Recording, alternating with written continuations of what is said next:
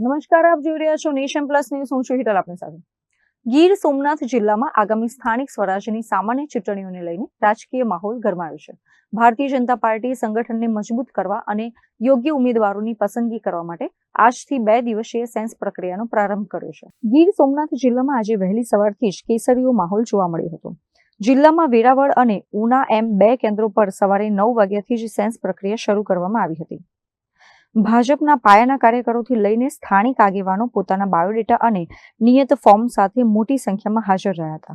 Ticket મેળવવા માટે દાવેદારોમાં જે પ્રકારનો ઉત્સાહ જોવા મળ્યો છે તેના પરથી સ્પષ્ટ થાય છે કે આ વખતે ચૂંટણી જંગ ખૂબ જ રસપ્રદ રહેશે.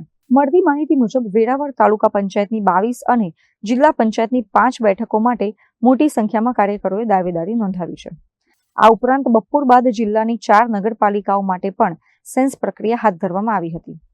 પ્રદેશ ભાજપ દ્વારા નિયુક્ત કરાયેલા 6 નિરીક્ષકોને આ જવાબદારી સોંપવામાં આવી છે, જેઓ દરેક દાવેદારની ક્ષમતા અને વિસ્તારમાં તેમની લોકપ્રિયતાની ચકાસણી કરી રહ્યા છે.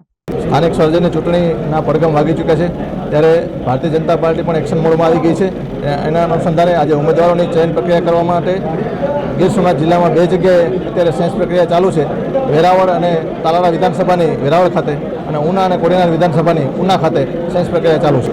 4 નગરપાલિકા, 6 તાલુકા પંચાયત અને 1 જિલ્લા પંચાયતની ચૂંટણીના ઉમેદવારોનું અત્યારે સિલેક્શન ચાલુ છે. આજ અને કાલ 2 દિવસમાં 1લી અને 2જી તારીખમાં બધી જે તાલુકા પંચાયત, જિલ્લા પંચાયત અને નગરપાલિકા છે એની ઉમેદવારોની ચૂંટણી ચયન પ્રક્રિયા પૂરી કરવાની છે. નિરીક્ષકો તરીકે પ્રદેશમાંથી મૂકેલા છે. બંને જગ્યાએ 3 નિરીક્ષકો બહારથી આવ્યા છે અને એ જ ઉમેદવારોને સાંભળી અને પછી એની પેનલ બનાવીને આગળનું ડિસિઝન લેશે પ્રદેશમાં જઈને. ઝોન 1 અને ઝોન 2 2 ઝોનની અંદર આ પ્રક્રિયા હાથ ધરવામાં આવી છે. ઝોન 1ની અંદર અહીં વેરાવળ મુકામે હોટલ દક્ષમાં તાલાલા, વેરાવળ અને સૂત્રાપાડા, એ તાલાલા તાલુકા પંચાયત, વેરાવળ તાલુકા પંચાયત, સૂત્રાપાડા નગરપાલિકા, વેરાવળ નગરપાલિકા અને તાલાલા નગરપાલિકા. ઝોન 2 વરસિંગપુર રોડ, ઉના, સોમનાથ બાગ મુકામે પ્રક્રિયા હાથ ધરવામાં આવેલી છે.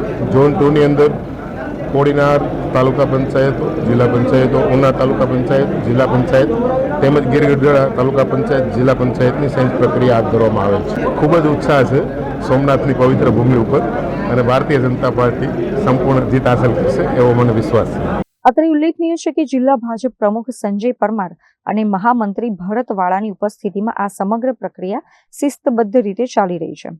નિરીક્ષકો તમામ દાવેદારોની રજૂઆત સાંભળીને એક રિપોર્ટ તૈયાર કરશે, જે પ્રદેશ પાર્લામેન્ટરી બોર્ડને સોંપવામાં આવશે. આ સેન્સ પ્રક્રિયા બાદ હવે કોનું નસીબ ખુલશે અને કોને ચૂંટણી લડવાની તક મળશે તેના પર સૌની નજર ટકેલી છે. Mahesh Dodiya, nation plus news, Gir Somnath. સમાચારોના સતત અપડેટ મેળવવા માટે અમારી નેશન પ્લસ ન્યૂઝની યુટ્યુબ ચેનલને સબસ્ક્રાઇબ કરો, બેલ આઇકન દબાવો અને જોડાયેલા રહો ફેસબુક, ઇન્સ્ટાગ્રામ અને ટ્વિટર પર.